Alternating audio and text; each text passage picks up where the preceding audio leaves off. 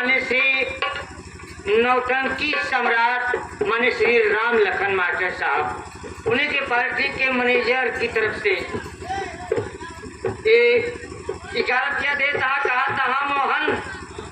मोहन एक बात मनबे जिनकी है बात तो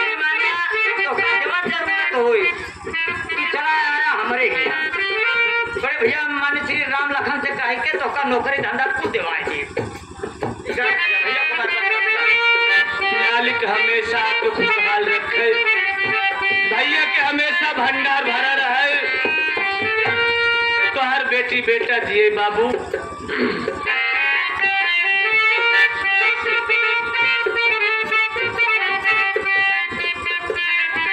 और हाँ,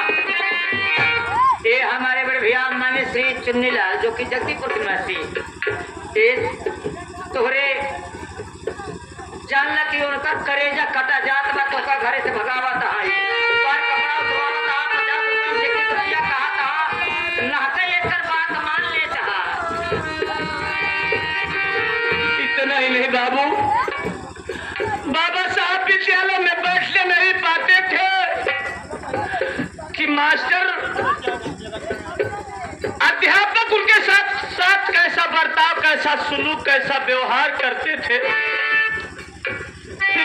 बाबा साहब कुछ नहीं किए।